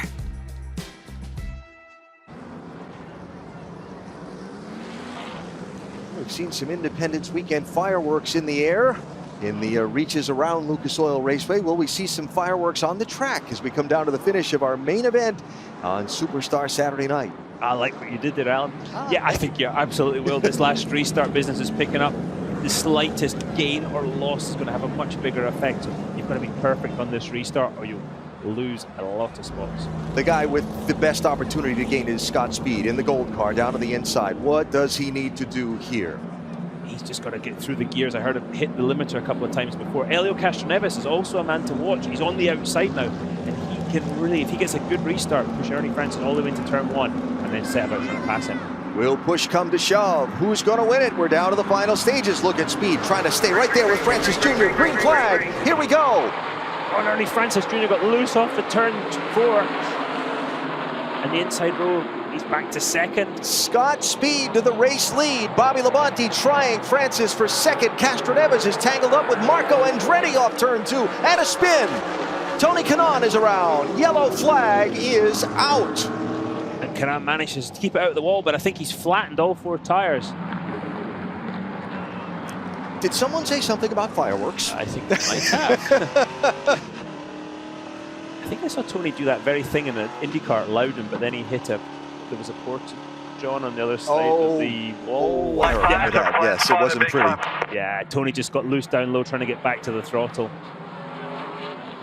Did a really good job of keeping the car at the wall, though. You see the tires pop, especially the left front. Oh, with the contact. Yeah, Tony was just trying to keep the throttle down, couldn't hold the car down. Yep. That's it. All that smoke, luckily it was near the back. Well, this would be good from the visor cam. Tim Feather in the throttle. Oh, Michael comes down. Yeah. Yeah, apologies, TK. Michael also came down and really cut the road off and I would say caused that problem. So Tony Kanaan will have to try and regather himself at the back end of the field, and we double him up. Coming to the restart here, and Scott Speed will take the inside line for the restart with Ernie Francis Jr. to the outside. Interesting call from Scott Speed. Ernie Francis definitely got too wide coming off of turn 4 to the restart, but Tony Kanaan, those tires are going to be square. They're not going to be round after that. Yeah. I'm surprised he didn't come in and plead for some new ones. All right, so we're at the point now where caution laps no longer count. So everything from here to the checkered flag has to be green flag laps. Could be a while.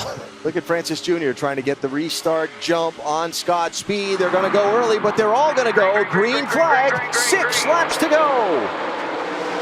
Neck and neck as they cross the start-finish line, and they're banging into each other into turn 1. Speed's leaning on Francis Jr. on the outside. Oh man, this is going to be fun. Scott Speed braking as late as he dares. He doesn't want to lose the back end. Oh, you heard it slide. He moves up the track. Contact off the corner, almost a dead heat. They're still bumping and banging back to turn 1. And all the etiquette's out the window now. He's like, okay, that's the game you're playing. Oh, big slide from Ernie Francis Jr. and again, more contact. Bobby Labonte waiting to make sure he can evade if something goes wrong in front of him. You can see the guys trying to diamond the corner, using all the road in the middle of 4. Oh, massive slide from Scott Speed. And as he held it. What a save! You're good. Clear.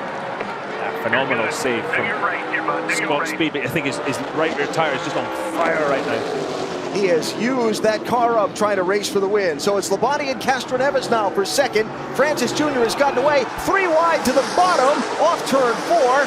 Marco Andretti. And somehow they all came out of the corner. Marco Andretti is doing a fabulous job. Up 3 since the start of the race. Oh, bit of a nudge. Yeah. Bobby Santos the 3rd.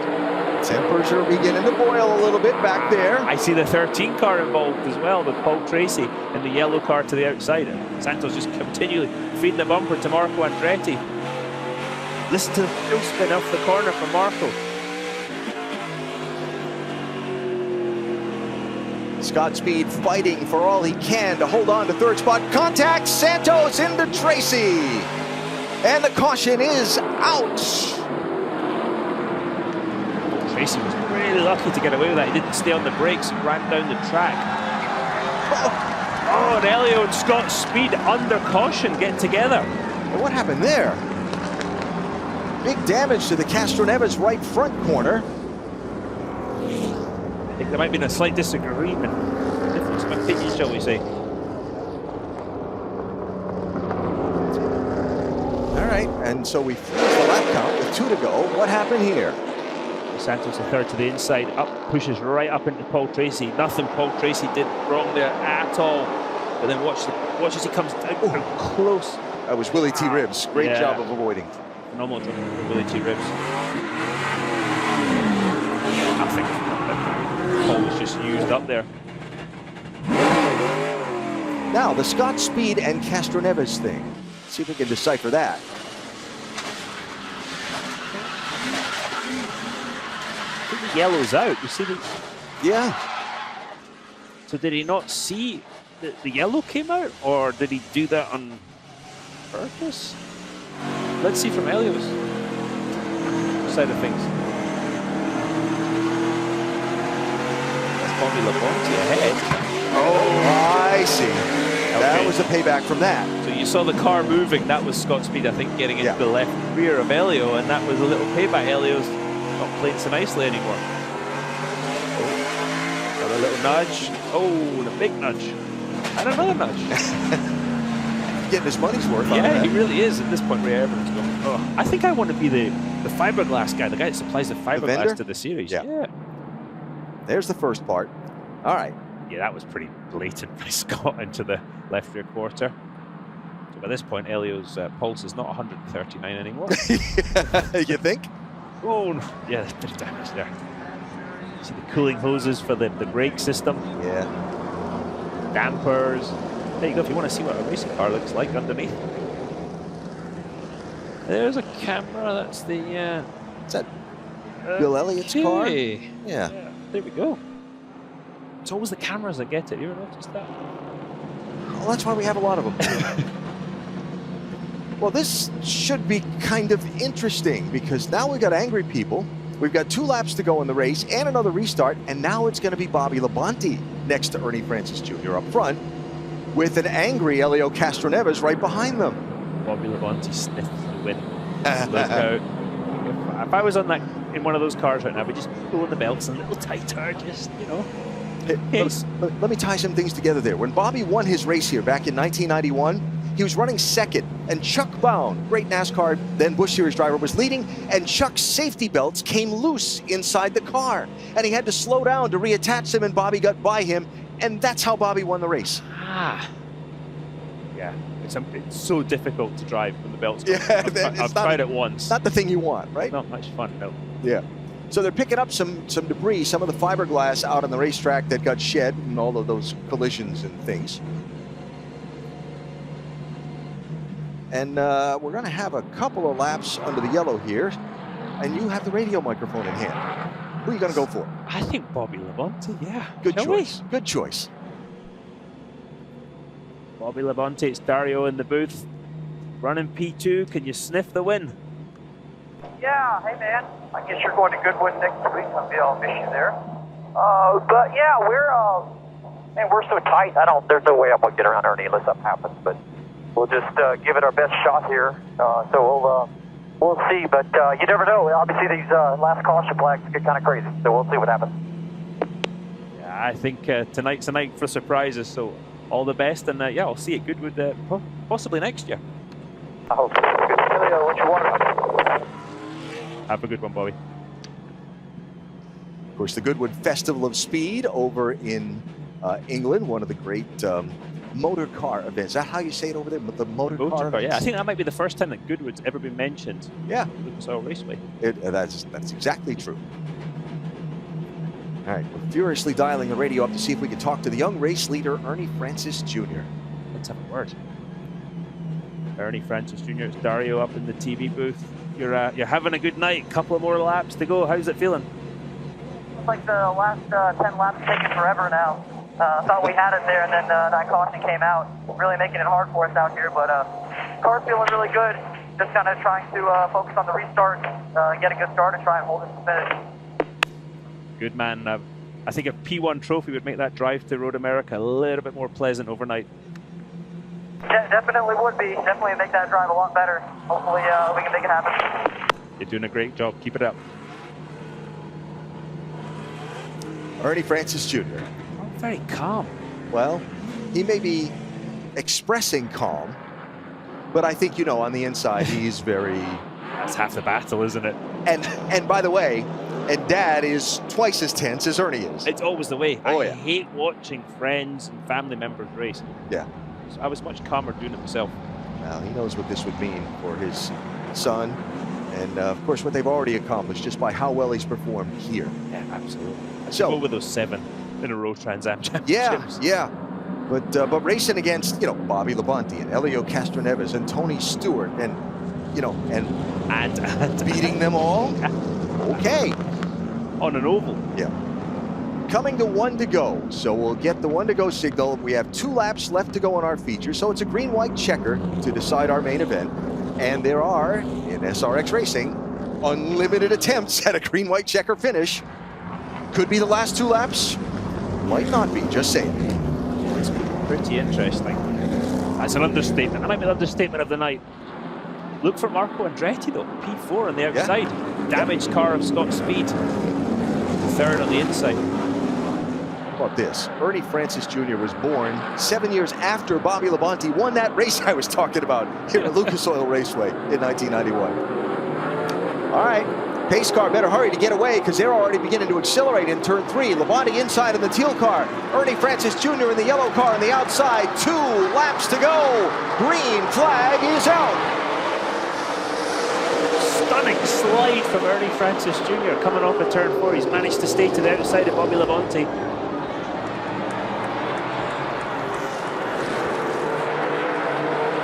Just clears him off too. Yeah, Bobby Labonte being, I have to say, very kind there. Didn't really push the issue. Marco Andretti going on the high side of Scott's lead though. White flag, we're going into the last lap of the race. Ernie Francis Jr., Bobby Labonte, there's Scott Speed and Marco Andretti racing for 3rd spot. Marco Andretti 4th again. Scott Speed slips up coming off at 2. Marco wants that podium finish. And Bobby Santos Jr., the local all-star, will challenge him. That's going to be close in 3. But off of turn number 4, an SRX Series checkered flag for Ernie Francis Jr. at Indianapolis. Good job. That's incredible, man. What a job by the young man being challenged by some of the best in the business. Keeping a cool head.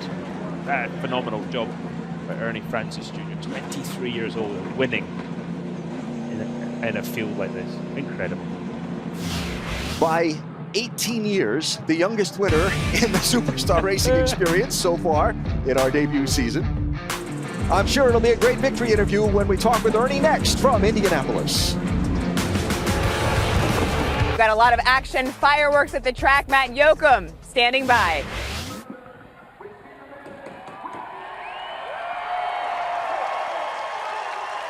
Two and a half months ago on SRX Media Day, Ernie Francis Jr. looked around and you could not believe the group of legendary drivers that you were standing around. What's it mean to beat that group here tonight? Man, I'm totally speechless. This is incredible.